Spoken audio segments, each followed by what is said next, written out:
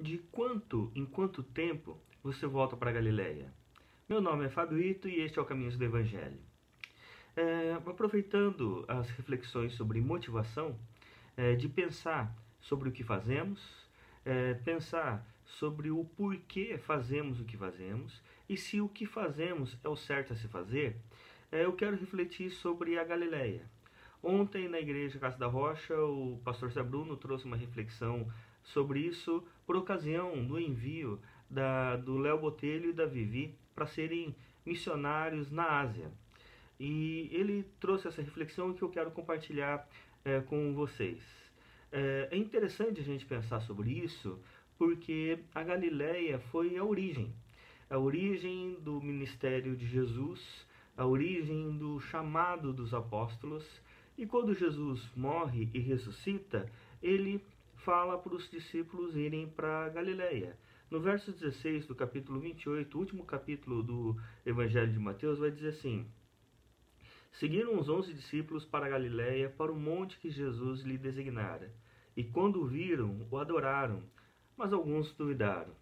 É interessante isso porque volta para o início, a gente pensar sempre sobre a trajetória da nossa vida, sempre é cheio de altos e baixos, mas quando a gente pensa lá no começo, na origem onde tudo começou, na origem onde Deus foi colocando no nosso coração os pontos de maiores motivações para a nossa existência, a gente começa a perceber que lá na nossa ingenuidade, muitas vezes, está um coração altamente engajado, altamente crente naquilo que Deus vai realizar.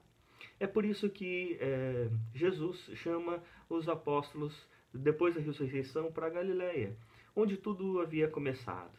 É interessante isso, porque muitas vezes nós precisamos voltar para Galiléia, voltar para os momentos onde a gente tinha mais inocência, talvez, onde a gente estava começando as questões, a gente estava motivado e sonhando com alguns projetos, e pensar lá na origem, um momento em que você, por exemplo, passando um problema no casamento, primeira vez que você se encontrou com a sua esposa, os momentos iniciais do seu relacionamento, você que está passando por um problema profissional, você pensar sobre os momentos de maiores motivações quando você passou na sua profissão, o porquê você se engajou nessa profissão, o que Deus colocou no seu coração, você que está no ministério, quando Deus te chamou para um ministério sagrado, quando o seu coração foi aquecido pela palavra de Deus, pelo amor às pessoas, pelo amor a Deus. Então, voltar para Galiléia é voltar à origem, voltar ao início, onde tudo começou. Embora nós tenhamos percalços no meio do caminho, dificuldades no processo, mas quando a gente volta para a origem, a gente percebe o Deus nos chamando e resgatando a nossa motivação para prosseguir.